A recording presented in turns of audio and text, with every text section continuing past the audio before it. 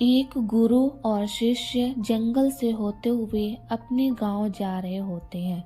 अंधेरा काफी हो चुका था। शिष्य ने अपने गुरु से कहा कि गुरु जी, काफी रात हो चुकी है, अगर आप कहें तो आज की रात यहीं आसपास के किसी गांव में गुजार ले। गुरु जी ने अपना सर हिलाया और वो आसपास के गांव में एक छोटे से घर के पास जाकर रुके। अब जैसे ही वहां गए तो गुरु जी के शिष्य ने दरवाजा ठकठकाया। उस घर से एक गरीब आदमी बाहर आया तो गुरु जी ने बोला, हम अपने गांव जा रहे थे, लेकिन काफी रात होने की वजह से हमने इसी गांव में रुकने को सोचा। क्या हम आज रात आपके यहाँ रुक सकते हैं? गरीब आदमी बोला, हाँ क्यों नहीं, आप दोनों अंदर आ जाइए। आप जैसे ही गुरु जी अंदर, उन्होंने देखा कि उस आदमी के घर में बहुत ज्यादा गरीबी थी।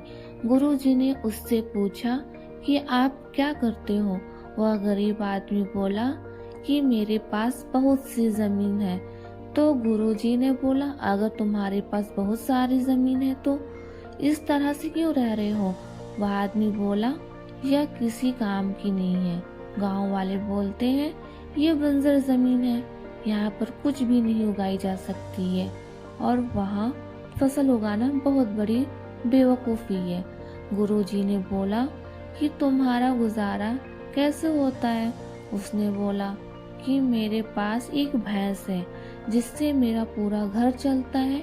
ये सुनने के बाद गुरुजी सो जाते हैं और रात में जब सब सो जा रहे होते हैं तब गुरुजी अपने शिष्य को उठाते हैं और उस गरीब आदमी की भैंस लेकर अपने गांव चले जाते हैं।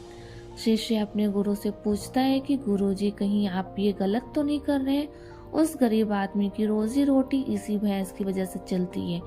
तो गुरुजी ने अपने शिष्य की तरफ देखते हुए और मुस्कुराते हुए आगे बढ़ जाते हैं। उस बात को तकरीबन 10 साल गुजर जाते हैं और जो गुरु शिष्य के वह बहुत बड़ा गुरु बन चुका होता है। एक दिन उन्हें उस गरीब आदमी की याद आ जाती है कि मेरे गुरुजी ने उस आदमी के साथ अच्छा नहीं किया था, मुझे एक बार चलकर देखना चाहिए।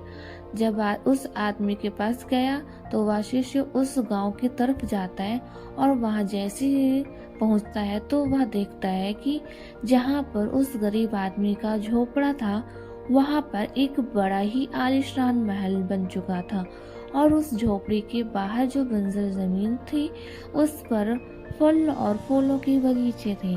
तभी उधर से उस घर का मालिक आता है और शिष्य उसे पहचान लेता है और उस आदमी को बोलता है, तुमने मुझे पहचाना? मैं अपने गुरुजी के साथ आया था, हमने एक रात के लिए आपके यहाँ रुके भी थे। वह आदमी उसे पहचान लेता है और बोलता है कि उस रात में आप कहाँ चले गए थे? और उस रात के बाद ही मेरी भैंस चली गई थी। मेरे पास कोई रास्ता नहीं था तो मैंने अपनी जमीन पर मेहनत की और फसल निकल आई और आज मैं इस गांव का सबसे बड़ा और सबसे अमीर आदमी बन चुका हूँ। जिस सुनने के बाद शिष्य की आंखों में आंसू आ जाते हैं और उसे बात अब समझ आई और वो रोने लगा। इस कहानी से हमें यह सीख मिलती है कि हमारे अंदर ऐसी बहुत सी टैलेंट छुपी होती है, लेकिन हमें कोई ना कोई चीज रुका कर रखी है। वो आपकी फैमिली वाले भी हो सकते हैं, आपको जॉब भी हो सकती है और कुछ भी हो सकता है। देखिए, आपके पास भी तो भैंस की जैसी कोई दूसरी चीज तो नहीं है जिसने आपको आगे बढ़ने से रोक कर रखा है।